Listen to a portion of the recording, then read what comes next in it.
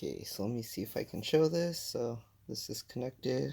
This is the replacement trackpad that I had earlier. So if I power this up,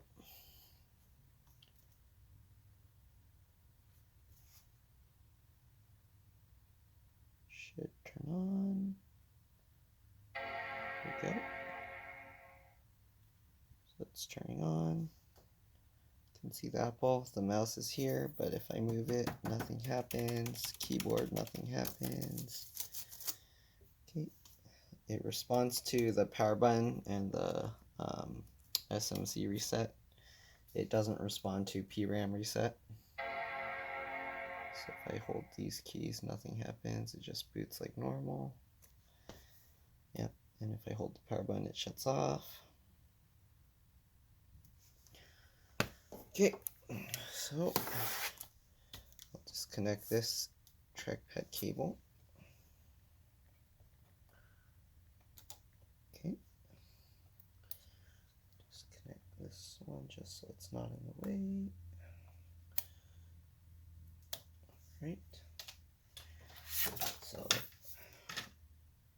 now we got this test one. Okay. It's a little tricky. Hinge facing me. Then you got this cable here. So I roll it back like this. Open up the laptop screen. And then you gotta place it over the top and be careful with the bottom. And then you gotta kind of roll this. Let's see here. Roll this cable. Make sure that's not in the way. Roll this cable. And connect it.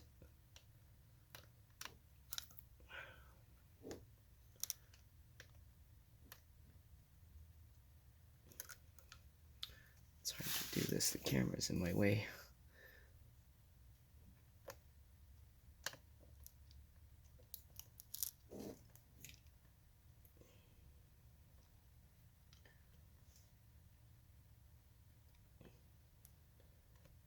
There we go.